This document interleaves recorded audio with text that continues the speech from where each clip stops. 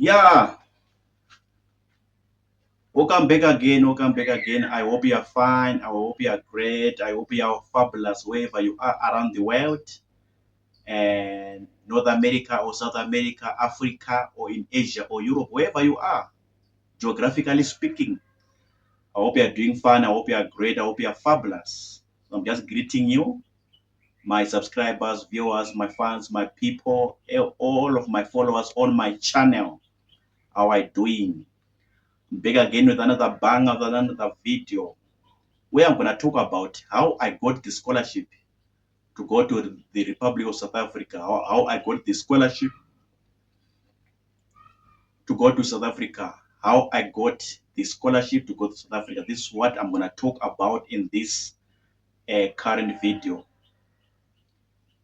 To those who are new to this channel, my name is Kudzi Madziro, Kudzi Madziro,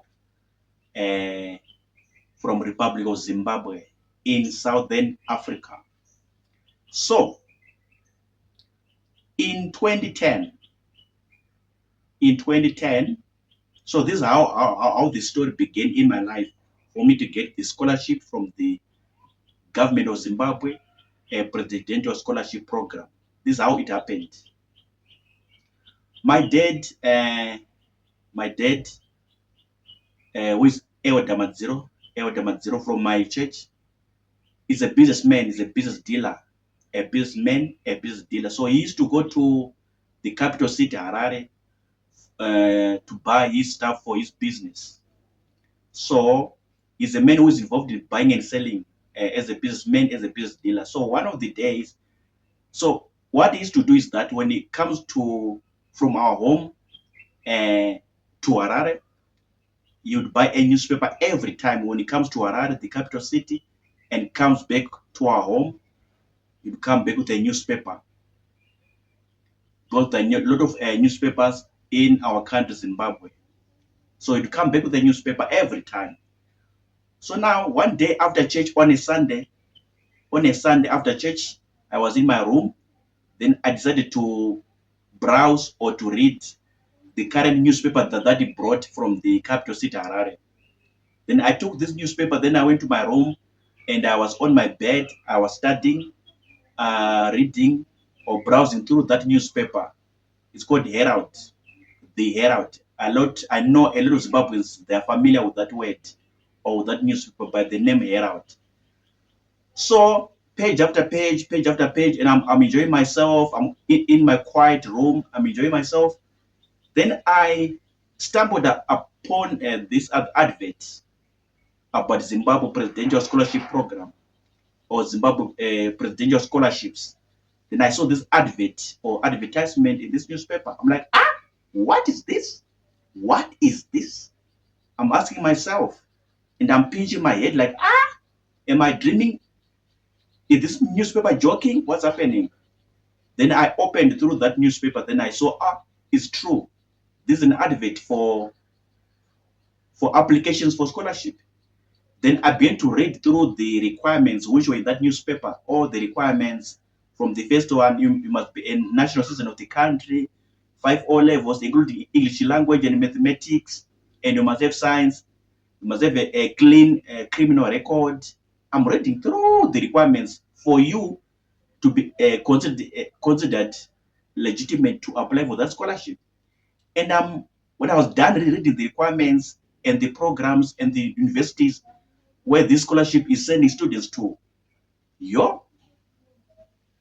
I found that I can be able also to apply for the scholarship.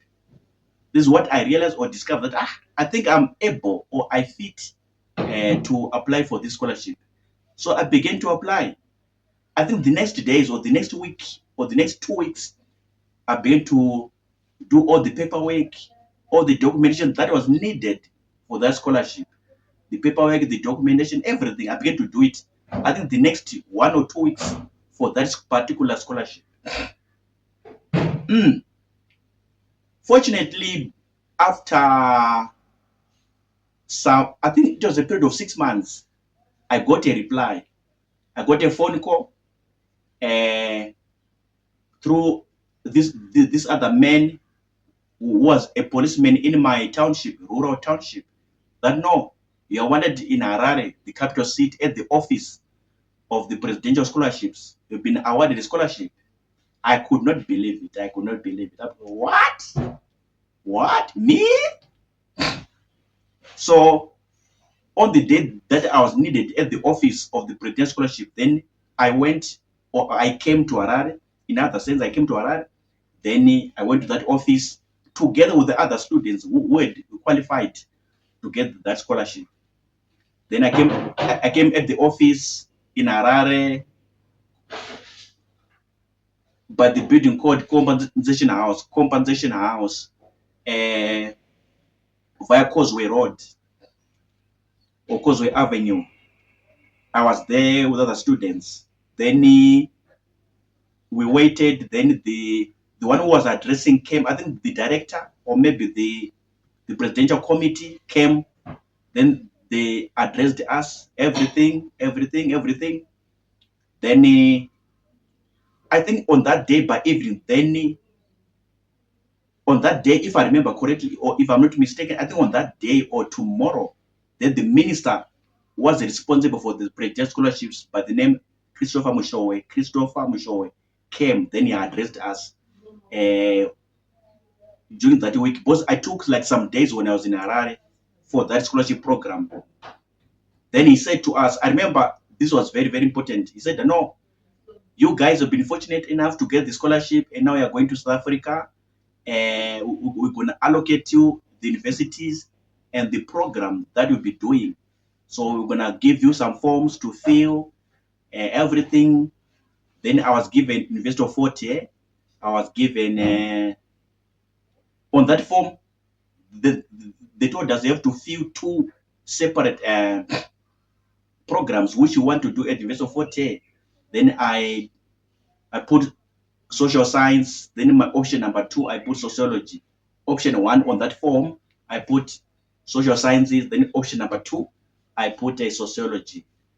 Then he told us that, no, you know what, guys, you are fortunate enough or you're blessed enough because about 15,000 people applied for this scholarship. 15,000 people have applied for this scholarship, and we only managed to take or to accept the best 1,500 people from the 15,000. So which means I was among the 1,500 out of the 15,000. Meaning to say again that 13,500 did not make it, or were unfortunate not to get it, or did not qualify to get it.